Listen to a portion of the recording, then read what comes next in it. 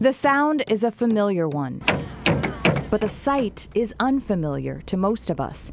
Desolate, uncovered, and exposed. Until now.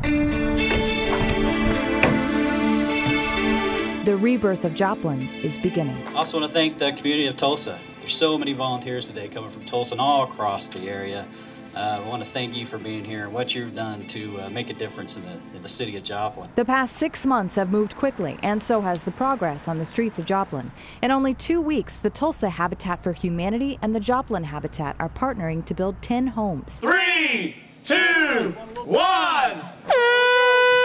As the horn blew, volunteers at all 10 homes lifted one wall, and with that, the Blitz build would begin. This used to look like our Brookside area in Tulsa, kind of older 50s and 60s style houses, a lot of trees. Thousands of Tulsans have spent afternoons in Joplin. One group celebrated a birthday while on the job site. I hope someone will come help us in Tulsa if we get hit like this. So. Dee Gibbs is celebrating her 50th, wearing a hard hat and swinging at the plywood piñata.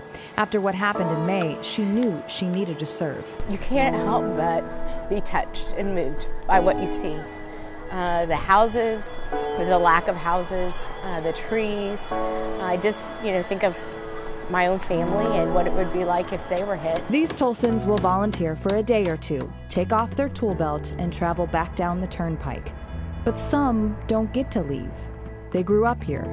This is home. It looks like kind of aftermath of a war to me, but I don't know. It's just, it doesn't even look recognizable. This is Jenny, a Joplin resident, a tornado survivor, and a mother of 3. Now, she's the recipient of one of the Habitat homes. How has it changed from, I don't know, a week after the tornado to now?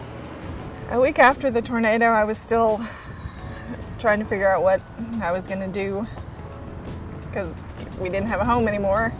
And I didn't know. I've never been homeless before. She takes us to her old home, where she and the kids rode out the storm. So that's your foundation? Yeah, right that's there. our foundation. Like most other families, they too heard the tornado sirens on May 22nd.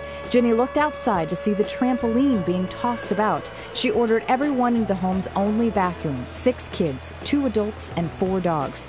She was the last one in and slammed the door. Probably if I hadn't gotten the bathroom when I did, because everybody else was in there, I may not even be here. I don't know. The rest is a blur. When you opened your eyes, what was the first thing you saw? Just pieces of our house laying down around us. And what did you think? I didn't know what to think. I was in shock. I really didn't know what to think. I looked up during the tornado and nothing was there. That's 13-year-old Hunter. He's the middle child and a future skateboarding star.